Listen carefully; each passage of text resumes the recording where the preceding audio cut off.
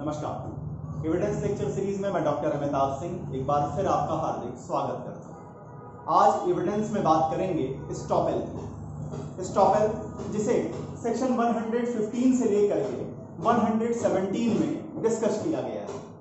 आज के इस लेक्चर में देखेंगे कि आखिर स्टॉपेल कहते किसे हैं। फिर इसके बाद बात करेंगे वह कौन सा लैटिन मैक्सिम है जिसके ऊपर ये पूरी थ्योरी, ये पूरा कॉन्सेप्ट बेस करता है। फिर इसके बाद आएंगे कि ऐसे कौन से दो ऑब्जेक्ट्स हैं जिसको स्टॉपेल पूरा करता है। फिर देखेंगे काइंड्स ऑफ स्टॉपेल कि स्टॉपेल कितने तरह के होते हैं। तो यहां पर 3 तरह के स्टॉपेल की चर्चा की जाएगी। सबसे पहले आएंगे बाय रिकॉर्ड। रिकॉर्ड के जरिए भी स्टॉपेल होता है जिसे सेक्शन 40 से section number 44 Indian evidence act में डिस्कस किया गया है।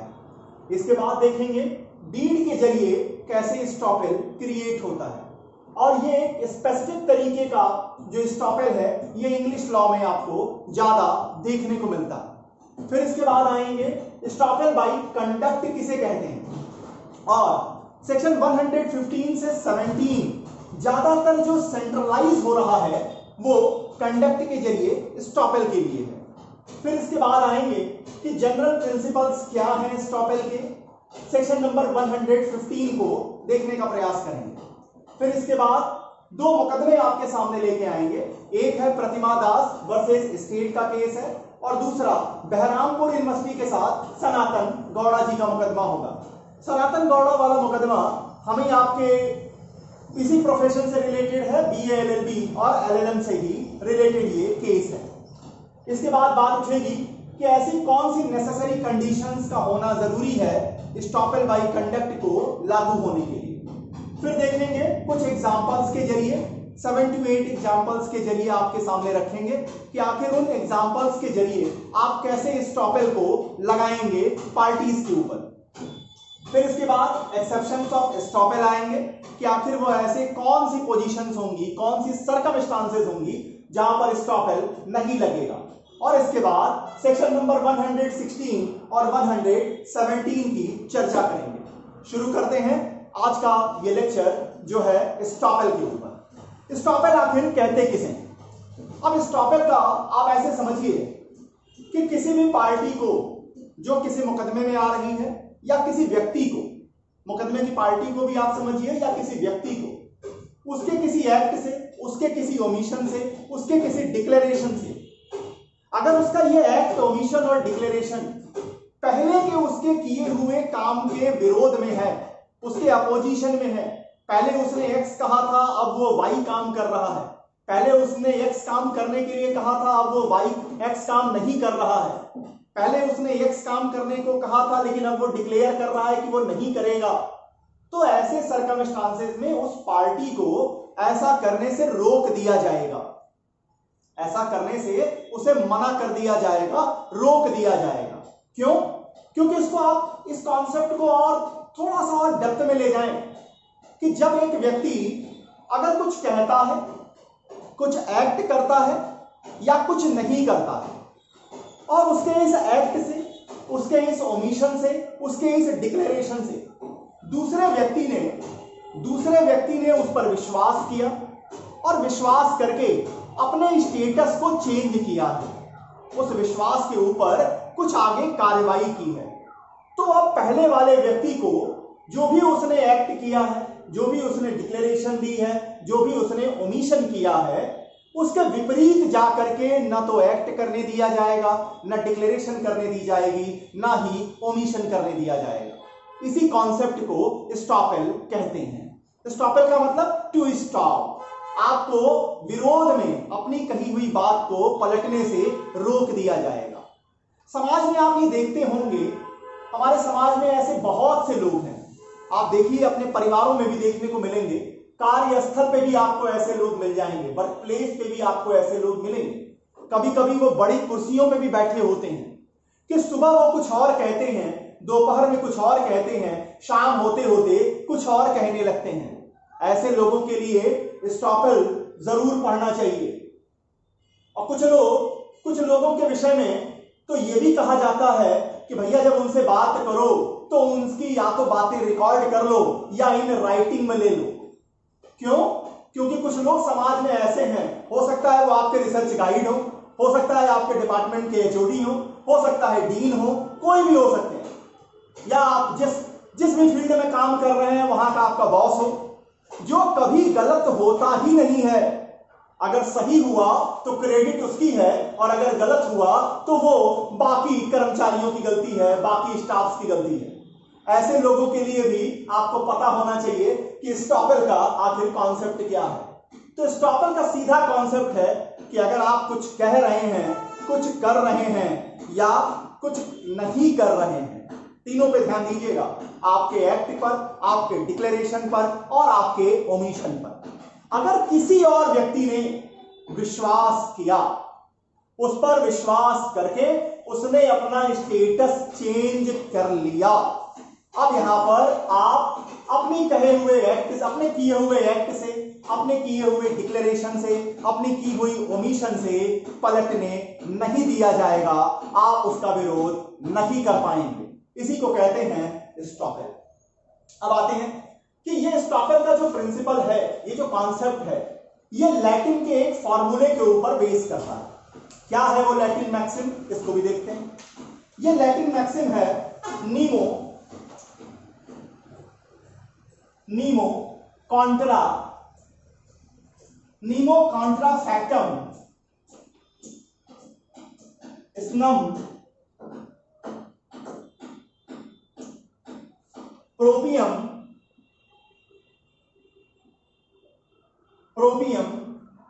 वेक्से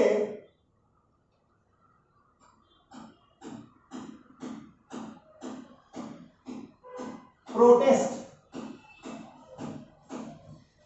इसका मतलब क्या है?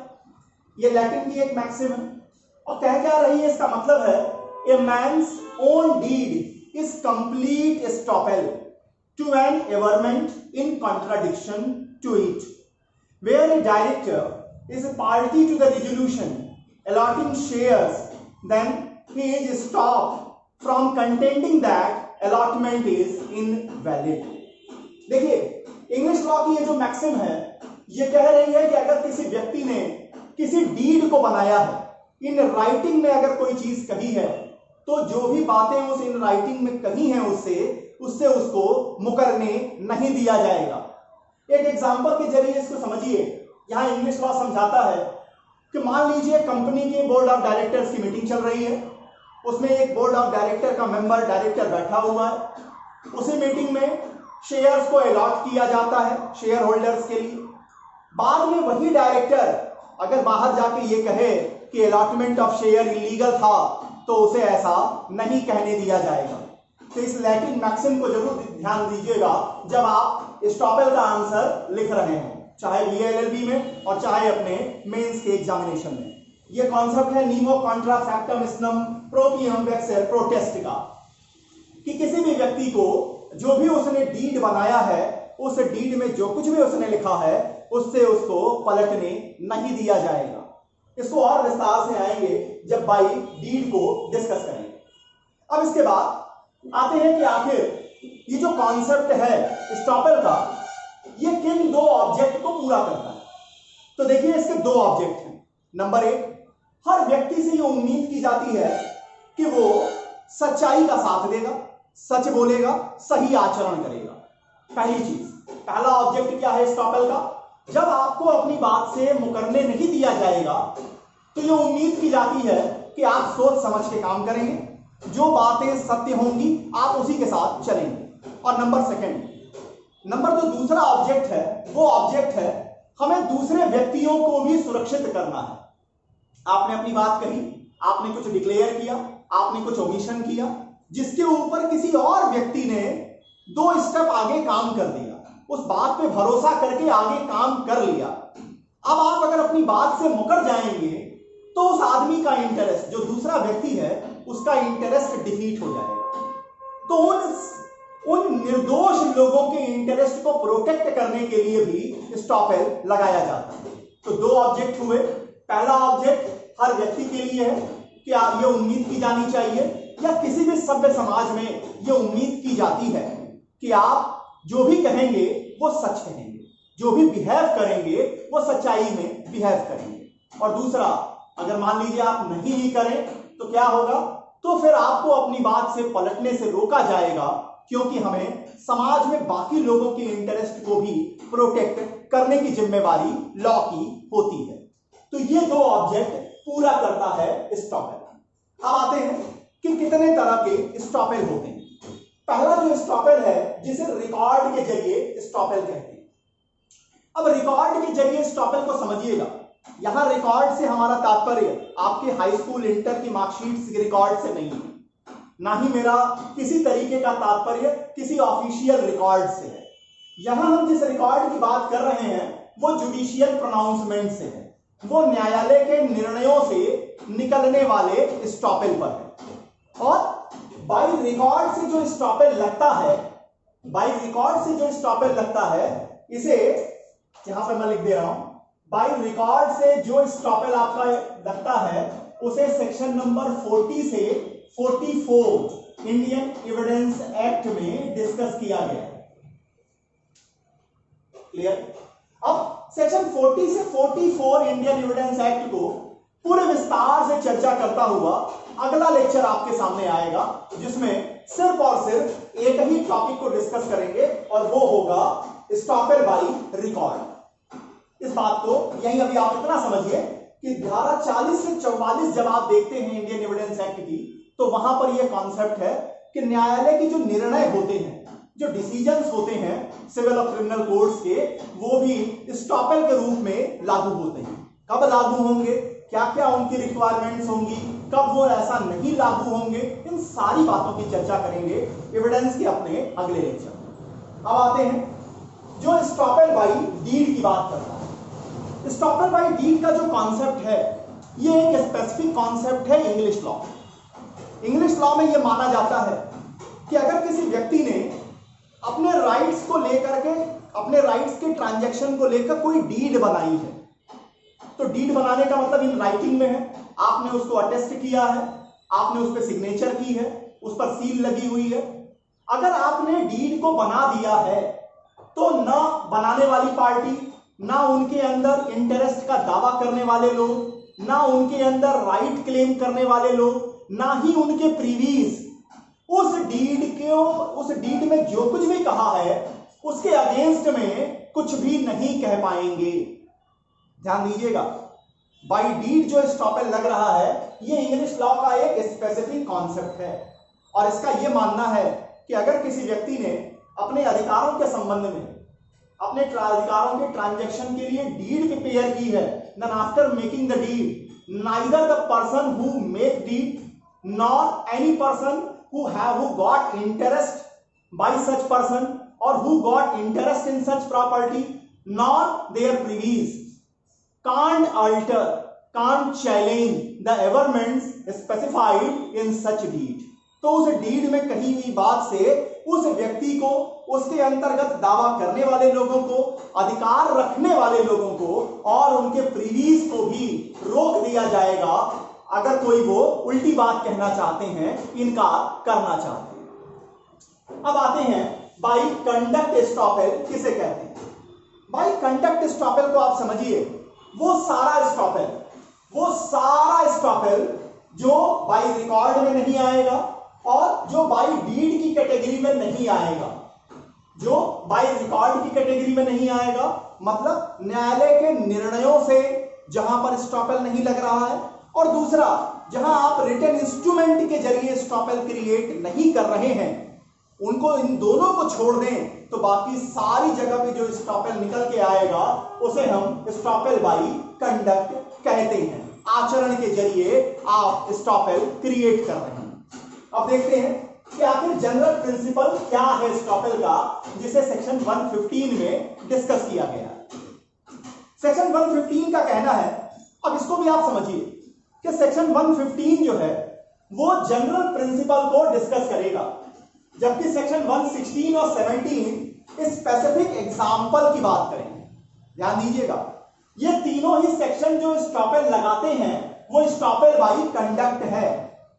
इस बात को अपने दिमाग में बिल्कुल फिट कर लीजिए कि सेक्शन 40 से 44 Indian evidence act estoppel by record की बात करेगा। स्टॉपेल बाय डीड के लिए हमारे यहाँ कोई पर्टिकुलर सेक्शन नहीं है, ये इंग्लिश लॉ का एक स्पेसिफिक कॉन्सेप्ट है।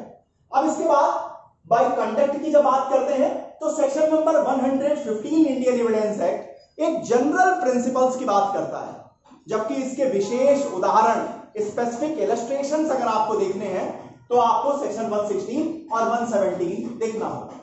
देखते हैं आखिर सेक्शन 115 क्या कहता है। According section 115, when one person has by his declaration और एक्ट और ओमिशन, तीन चीजें हैं, डिक्लेरेशन, एक्ट और ओमिशन, इंटेंशनली कॉज और permitted another person to believe a thing to be true and to act upon such belief, neither he nor his representative in interest shall be allowed in any suit, any proceeding between himself and such person or his representative to deny the truth of that thing।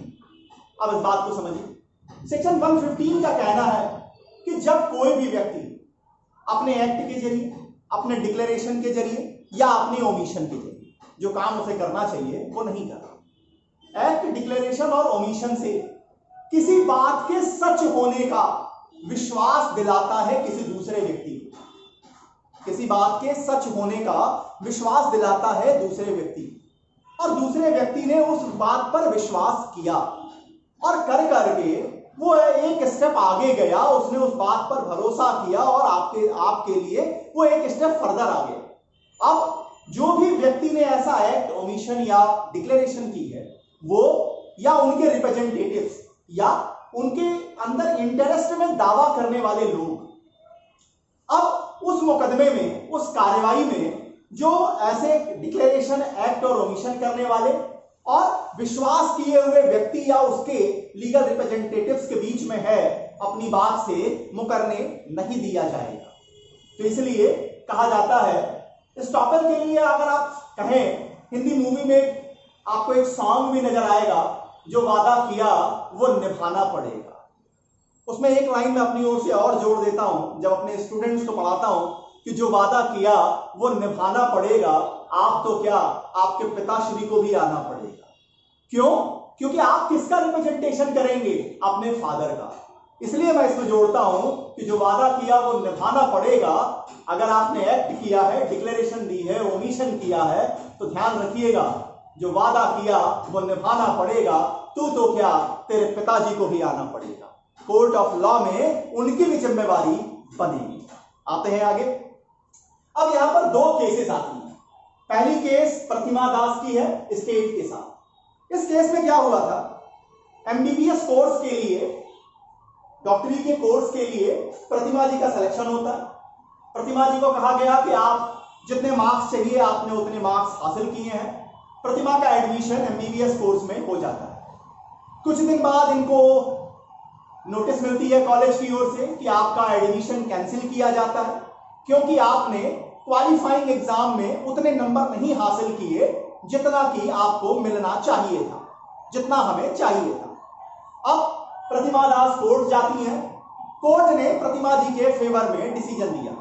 Court ने कहा कि जब एक बार आपने declaration दे दी कि you are qualified, you got the qualification marks, अब आप अपनी बात से, चाहे किसी भी कारण से, चाहे आपने कुछ भी करके इन्वेस्टिगेट किया हो, कुछ भी किया हो, अब आपको अपनी बात से मुकरने नहीं दिया जाएगा। तो प्रतिमा दास जी का मुकदमा एमबीबीएस कोर्स को लेकर था। अब एलएलबी के कोर्स को लेकर दूसरा मुकदमा आता है, बहरामपुर यूनिवर्सिटी वर्सेस सनातन गौड़ा। एलएलबी के एडमिशन के लिए बैचलर डिग्री में एक खास परसेंटेज की रिक्वायरमेंट थी। सनातन गौड़ा साहब का उस बैचलर डिग्री में जितने मार्क्स चाहिए थे, जो क्वालिफाइंग मार्क्स थे, जो परसेंटेज था, वो सनातन गौड़ा जी का था। उनको एलएलबी में एडमिशन दे दिया गया। बाद में बहरामपुर यूनिवर्सिटी ने इनका एडमिशन कैंसिल करने के लिए नोटिस दिया और कहा कि आपका एमए में जो आपका नंबर है, मास्टर डिग्री में जो नंबर है, वो अप टू द मार्क नहीं है, मतलब जितना होना चाहिए उतना नहीं है। अब सनातन गौड़ा साहब कोर्ट जाते हैं। कोर्ट ने एक क्वेश्चन पूछा कि एलएलबी एग्जाम के लिए क्वालिफाइंग एग्जाम कौन सा है? यूनिवर्सिटी ने कहा बैचलर डिग्री। तो कोर्ट ने कहा कि अगर क्या बैचलर डिग्री में इनके पर्याप्त नंबर हैं? आंसर आया जी हां हैं। तो कोर्ट ने बहरामपुर यूनिवर्सिटी को रोक दिया सनातन गौड़ा का एडमिशन कैंसिल करने से। क्यों? क्योंकि स्टॉपेज लगाया और कहा कि जब वो क्वालिफिकेशन जिसमें आप ढूंढ रहे हैं जिस कोर्स में, वो क्वालिफाइंग एग्जाम है ही नहीं, वो क्वालिफाइंग डिग्री है ही नहीं, वो मास्टर डिग्री है और आपको जरूरत केवल बैचलर डिग्री के मार्क्स की है, तो मास्टर डिग्री में अगर उसके नंबर कम भी हैं तो इस ग्राउंड पर आप उसका एलएलबी का एडमिशन कैंसिल नहीं कर पाएंगे। तो सनातन गौड़ा के केस में भी आपने ये देखा और प्रतिमा दास के भी केस में ये चीज निकल के आई कि अगर आपने अपने एक्ट के जरिए, डिक्लेरेशन के जरिए और ओमिशन के जरिए किसी दूसरे व्यक्ति को, यहां पर एमबीबीएस कोर्स में आपने प्रतिमा को विश्वास दिलाया था कि वो क्वालिफाई है, एमबीबीएस पढ़ सकती है, बहरामपुर यूनिवर्सिटी ने विश्वास दिलाया सनातन गौड़ा को, ये उस विश्वास पे गए, इन्होंने एडमिशन लिया, अपना स्टेटस चेंज किया। अगर नहीं एडमिशन लेते कुछ और करते, तो यहां जो उन्होंने अपना स्टेटस चेंज किया तो यहां पर स्टेट और यहां पर बहरामपुर यूनिवर्सिटी को अपनी बात से मुकरने से रोक दिया गया। अब आते हैं कि नेसेसरी कंडीशंस क्या हैं, कौन सी नेसेसरी कंडीशंस का फुलफिल होना जरूरी है। इसमें कुछ नेसेसरी कंडीशन है। पहली चीज है there must be a representation, there must be representation either by the act और बाय द ओमिशन और बाय द डिक्लेरेशन।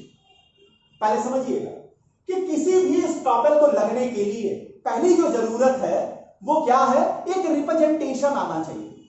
अगर एक व्यक्ति कुछ कर ही नहीं रहा है, कुछ कर ही नहीं रहा है, जो काम उसको करना चाहिए वो काम करता जा रहा है, तब वहां पर आप स्टॉपेल नहीं लगा पाएंगे। स्टॉपेल के लिए जरूरी है कि जिस व्यक्ति पर आप स्टॉपेल लगाना चाहते हैं वो एक्ट के जरिए, अपने ओमिशन के जरिए या अपनी डिक्लेरेशन के जरिए उसका रिप्रेजेंटेशन होना चाहिए, वो कुछ रिप्रेजेंट करे।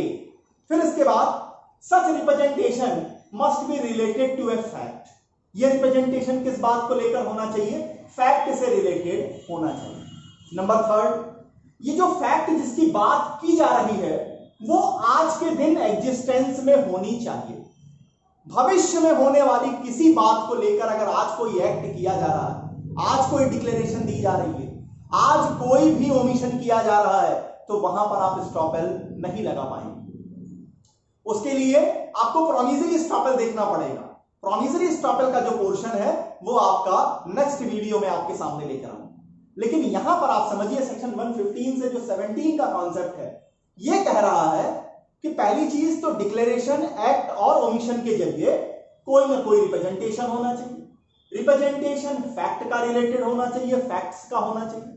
नंबर थर्ड क्या कहता है, जो फैक्ट का डिक्लेरेशन दिया जा रहा है वो आज एग्जिस्ट करने चाहिए।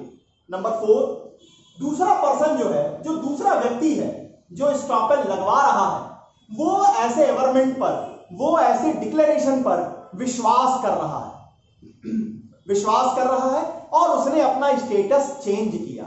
उसने क्या किया? उस विश्वास पर कुछ कदम आगे चला है, अपने स्थिति को उसने परिवर्तित किया।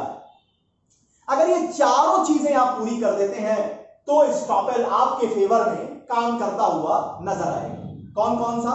जिस व्यक्ति के ऊपर आप स्टॉपेल लगाना चाहते हैं उसकी ओर से रिप्रेजेंटेशन दिखाइए। रिप्रेजेंटेशन कैसे दिखाएंगे?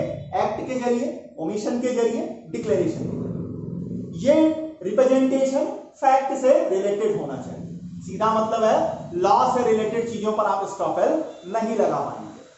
और ये जो फैक्ट से रिप्रेजेंटेशन किया जा रहा है ये फैक्ट आज के दिन एग्जिस्टेंस में होने चाहिए।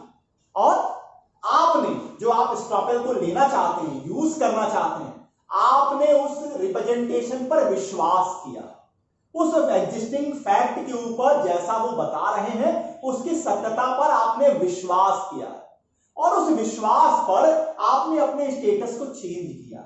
आपने कुछ एक कदम आगे की ओर काम किया जो आप नहीं करते अगर ऐसी डिक्लेरेशन नहीं की जाती, अगर ऐसा ओमिशन नहीं किया जाता, अगर ऐसा एक्ट नहीं किया गया। अगर दोनों सर्कमस्टांसेस में आप काम करते ही करते, आप आगे बढ़ते ही बढ़ते, तो वहां पर स्टॉपेल को मत लेके आइएगा। स्टॉपेल के लिए इन चारों शर्तों का पूरा करना जरूरी है। अब आते हैं कि कुछ इंस्टांसेस देख लेते हैं, एक एग्जांपल्स के जरिए, 5-7 एग्जांपल्स के जरिए आपको समझाने का प्रयास करता हूं कि कैसे स्टॉपेल आएगा। अब पहली चीज आती है, जो पहला एग्जांपल उठा रहा हूं वो है, एक इंस्ट्रूमेंट बना है, एक डीड बना। मान लीजिए आपने अपना घर किराए पे दिया है। अब जब घर किराए पे देते हैं या जमीन किराए पे देते हैं, लीज करते हैं, तो आप एक एग्रीमेंट बनाते हैं। एग्रीमेंट इन राइटिंग होता है। 1 साल से ज्यादा के लिए अगर लीज कर रहे हैं तो वो रजिस्टर्ड होगा, मतलब एक डीड बनेगी। अब जब डीड बनेगी तो आप उस पर सिग्नेचर करेंगे। कुछ लोग, कुछ 2 आदमी आपके साइड से, 2 आदमी लीजी के साइड से उसको अटेस्ट करेंगे। अब जो व्यक्ति ने अटेस्टेटर है, जो व्यक्ति ने किसी डीड को अटेस्ट किया है, जिस व्यक्ति ने किसी डीड को सिग्नेचर किया है, अब क्या स्टॉपेल कहेगा? अब स्टॉपेल ये मान के चलेगा कि अटेस्टेटर या सिग्नेचरी, सिग्नेटर जो भी उसमें सिग्नेचरी अथॉरिटी है, जिसने भी वो साइन किया है, उन लोगों को उस डीड के कंटेंट के बारे में पता है और ये परिकल्पना कर ली जाएगी, ये प्रिजम्पशन लेके चलेंगे। अब आप उसके उलट नहीं कह पाएंगे कि आपको उस कंटेंट के बारे में पता है और उसके क्या कॉन्सिक्वेंस होने वाले हैं, इन बातों को आप अच्छे से जानते हैं। तो पहला एग्जांपल आप स्टॉपेल का देख लीजिए, अटेस्टेटर के ऊपर और जो लोग साइन करते हैं डीड्स को। इसीलिए बड़े बुजुर्गों का यह कहना है कि आप जुबान से चाहे जितनी बातें कह लीजिए, लेकिन अगर किसी कागज को साइन कर रहे हैं तो कागज को साइन करने के पहले, अटेस्ट करने के पहले कम से कम 2 बार पढ़ लीजिए।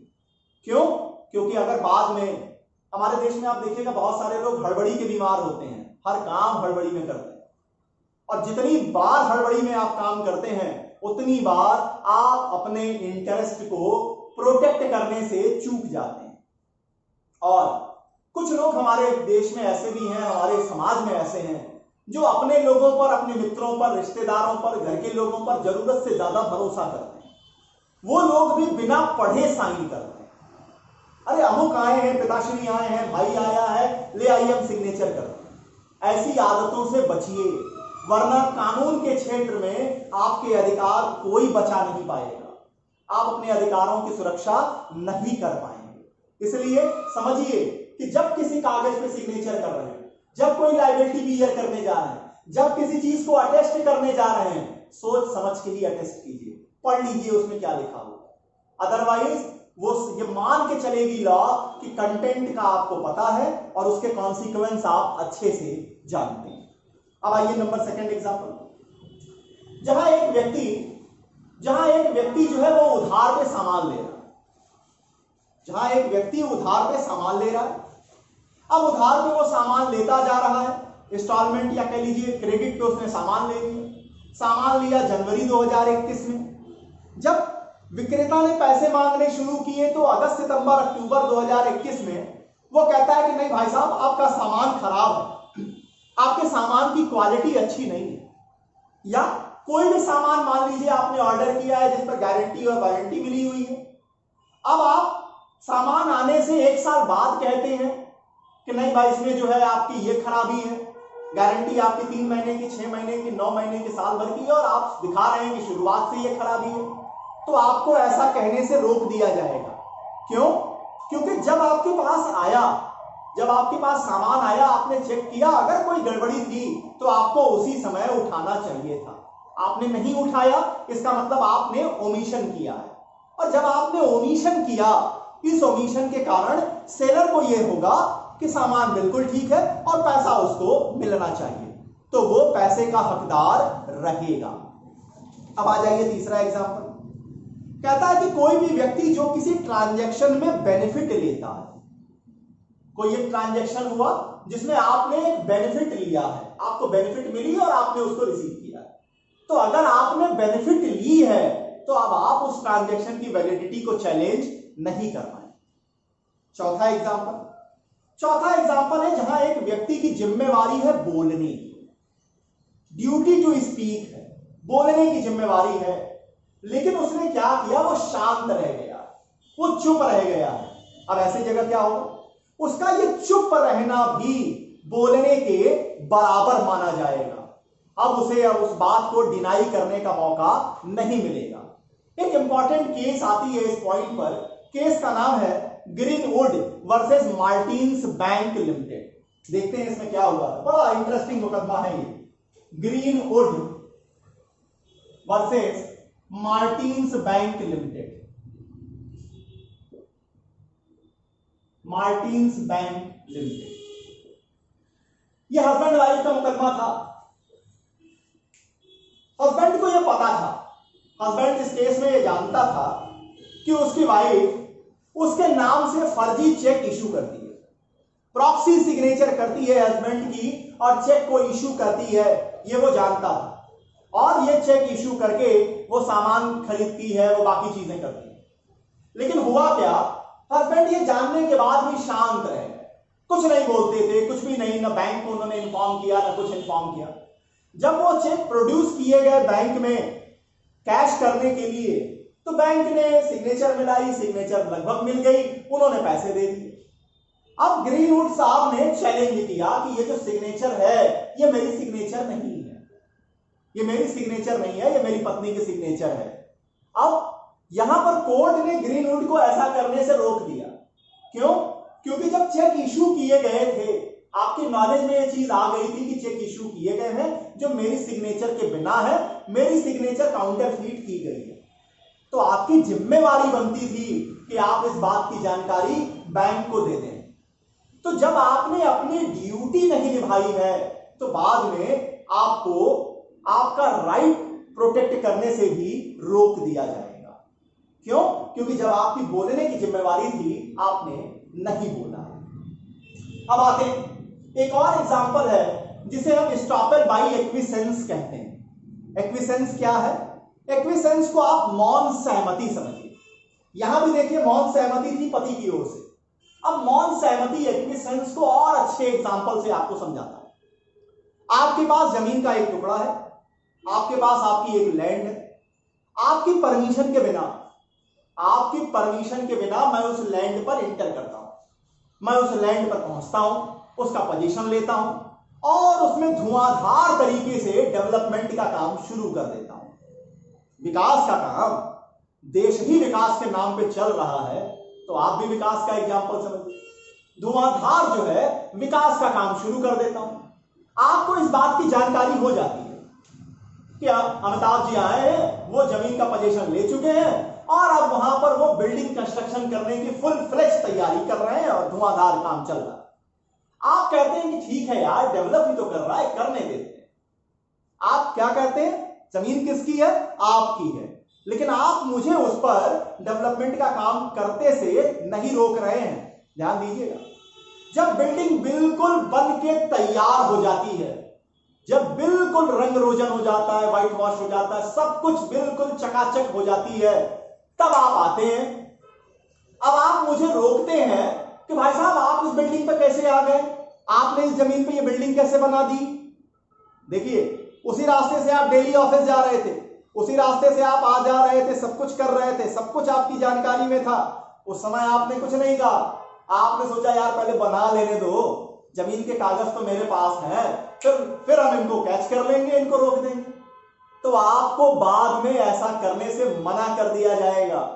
बाद में आप नहीं रोक पाएंगे मुझे। क्यों? क्योंकि आप स्टॉप कर दिए जाएंगे स्टॉपेल बाय एक्विसेंस के जरिए कि आपने मौन सहमति दी है मुझे। अब इसके लिए कौन सा कॉन्सेप्ट आएगा? इसके लिए फिर आपको ट्रांसफर ऑफ प्रॉपर्टी देखना पड़ेगा।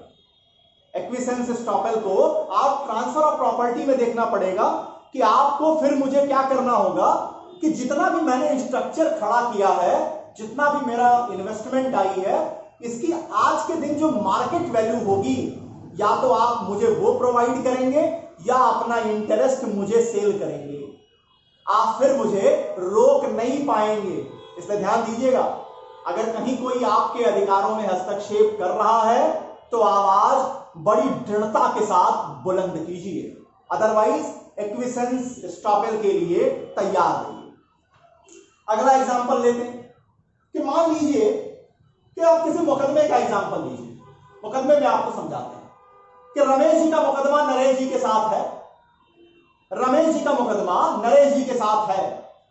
रमेश मुझे क्या कर रहे हैं रमेश जी? रमेश जी आज जो है अपना प्लेंट दाखिल किए हैं, नरेश जी ने क्या किया? रिटन स्टेटमेंट दाखिल कर दिया। लेकिन रमेश जी का एक और मुकदमा राम के खिलाफ किसी और कोर्ट में है।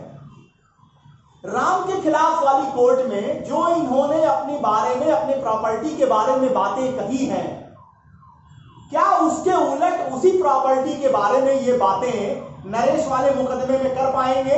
आंसर है नहीं कर पाएंगे। उन्हें रोक दिया जाएगा, स्टॉपेल लगेगा। ये भी समझिएगा कि अगर आप मुकदमा करने के शौकीन हैं, हमारे समाज में ऐसे लोग होते हैं जिनसे मोहल्ले वाले भी डर के रहते हैं। क्यों? हर बात पे मुकदमा करते हैं। तो अगर आप मुकदमा कर रहे हैं अलग अलग पार्टियों के खिलाफ, अलग अलग लोगों के खिलाफ, एक्स के वाले मुकदमे में कुछ कह रहे हैं, वाई के वाले मुकदमे में कुछ कह रहे हैं, जेड के खिलाफ मुकदमे में कुछ और कह रहे हैं, एक ही संदर्भ में, तो आप भी रोक दिए जाएंगे स्टॉपेल के कारण। आगे देखते हैं। अब गवर्नमेंट वाले एग्जांपल में आइए। ये सारे एग्जांपल मैंने केस लॉ के जरिए निकाले हैं, लेकिन मैं केस के नाम उतने ज्यादा नहीं आपको कोट कर रहा हूं, क्योंकि जब आप लिखने बैठेंगे, चाहे आप एलएलबी का एग्जाम या मेंस का, अगर आप 20 केसेस के नाम याद करके जाएंगे तो वो टिकते नहीं है और फिर आप लिखने लगते हैं इन ए वेरी लीडिंग केस।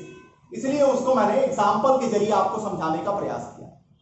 एक केस में हुआ क्या, ये हम आप जानते हैं कि जो भी गवर्नमेंट एम्प्लॉय होते हैं उनका एसीआर फॉर्म भरा जाता है। जब एक साल पूरा हो जाता है तो उनके काम उन्होंने कितने श्रेणी में किया, कि अच्छा किया, बुरा किया, इस काम को एक मार्किंग दी जाती है, एक रिपोर्ट बनाई जाती है, जिसे हम एसीआर कहते हैं।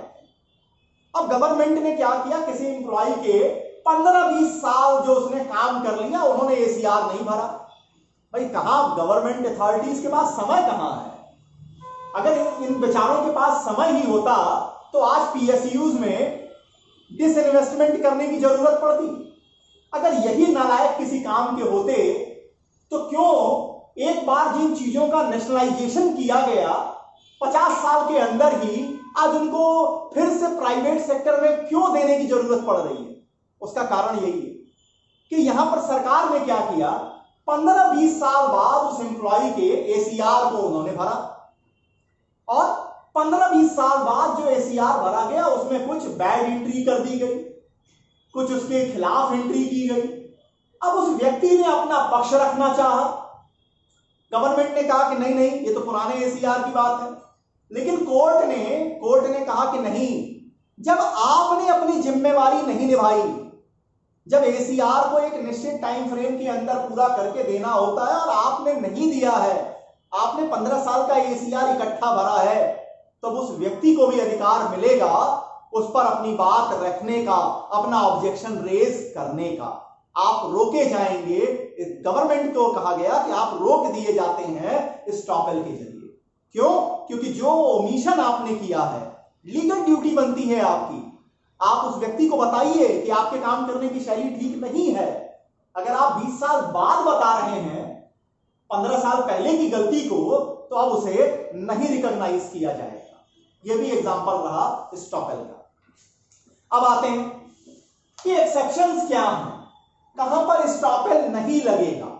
अब इसको भी समझ लीजिए कि स्टॉपेल ऐसी जगहों पर बिल्कुल नहीं लगता है जहां फैक्ट की जानकारी दोनों पार्टीज को होती है। मान लीजिए, आप घर का एग्जांपल लीजिए, आपको पता है कि बच्चा झूठ बोल रहा है, आप समझ रहे हैं कि वो इस समय आपके साथ एक गेम कर रहा है और आप उस गेम में आनंद लेते हैं अनजान बन करके। तो जहां आप अनजान बन करके जानते हुए अनजान बनते हैं, वहां पर स्टॉपेल नहीं लगेगा।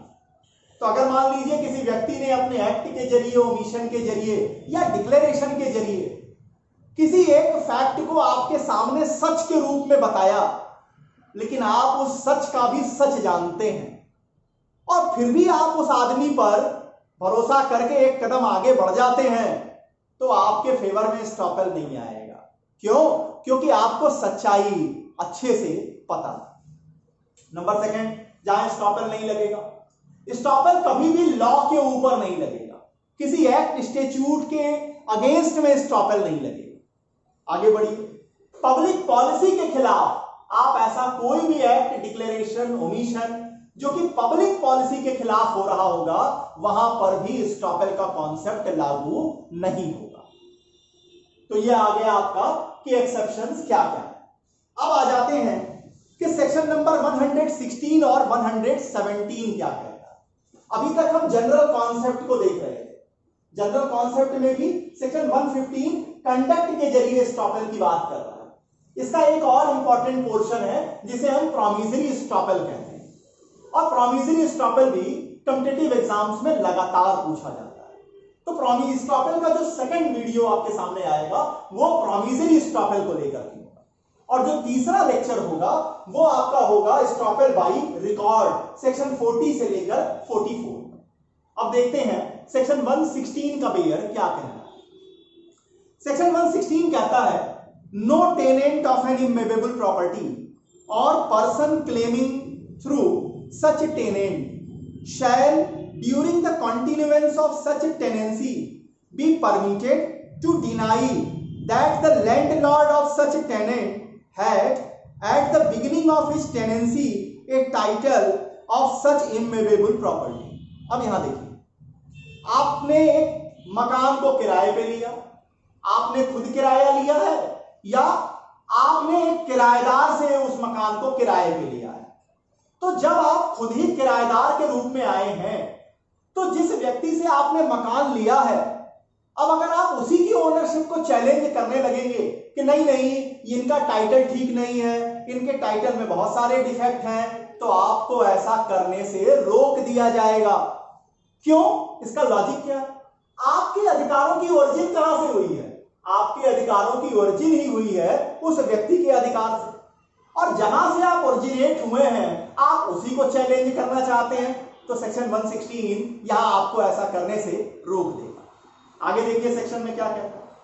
It further provides that no person who came upon any immovable property by the licence of the person in position.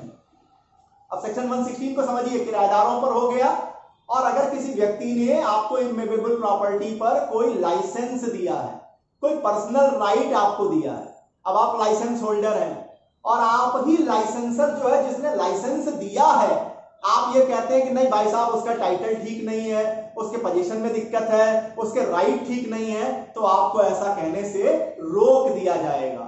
ये एक पर्टिकुलर एग्जांपल है टेनेंट के लिए और लाइसेंस होल्डर्स के लिए सेक्शन नंबर 116 का। अब देखते हैं सेक्शन नंबर 117 का।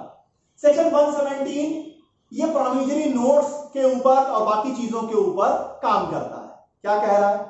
No acceptor of bill of exchange shall be permitted to deny that the drawer had an authority to draw such bill or endorse it, nor shall any bailee or licensee be permitted to deny that his bailer or licenser had at the time when bailment or license concerned authority to make such bailment or grant such license।